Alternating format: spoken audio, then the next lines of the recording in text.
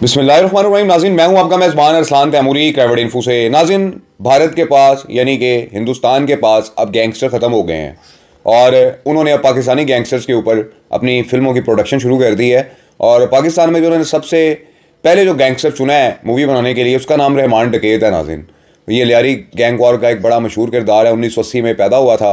13 साल की उम्र में इसने एक बंदे को छुरियाँ मार दी थी। ड्रग पेडलिंग करते थे ये लोग। मंशियात का कारोबार था इनका लियारी के अंदर।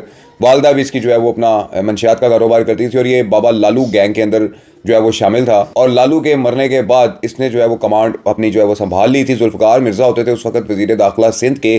2009 के अंदर जब इसका इनकाउंटर कर दिया गया था चौधरी असलम साहब की जानिब से। और नाज़रीन, बड़ी मज़े की बात यह है कि चौधरी असलम साहब का जो किरदार है वो बॉलीवुड के बड़े मशहूर अदाकार संजय दत्त जो है वो निभा रहे हैं। वो इस मूवी के अंदर जो है वो चौधरी असलम बन रहे हैं, जबकि रहमान डकैत का किरदार अक्षय खन्ना को दिया गया है। भारतीय फिल्मों के अंदर अक्सर जासूसों का और जो है पुलिस वालों का किरदार निभाते नज़र आते हैं, लेकिन इस बार जो है इन्हें बाकायदा तौर पर रहमान डकैत का किरदार दिया गया है। और क्या झूठ बोले गए हैं इस मूवी में, क्या सच बोले गए हैं इस मूवी में, ये तो दिसंबर में रिलीज़ होगी तो पता लगेगा। लेकिन नाज़रीन, रहमान डकैत की जो कहानी है, जो उसकी स्टोरी है, वो लियारी गैंग वॉर का एक बड़ा मशहूर कारिंदा था। और MQM के साथ इनका जब गैंग वॉर होता रहा उसमें बड़े बंदे हमारे सियासी तौर पे बड़ा इस्तेमाल हुआ।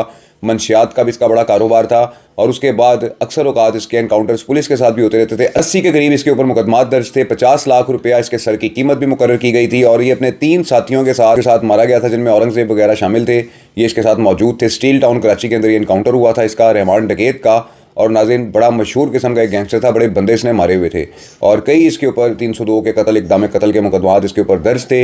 उज़ैर बलोच, जो अब सुनने में आ रहा है कि मुख्तलिफ मुकदमात में से बरी होते चले जा रहे हैं, हिरासत में थे या छोड़ दिए गए हैं। उज़ैर बलोच इसके साथ जो है वो अटैच थे और पीपल्स अमन कमेटी का ये जो मेंबर भी था रहमान डकैत। और बड़ा नाज़रीन इसका एक नेटवर्क था।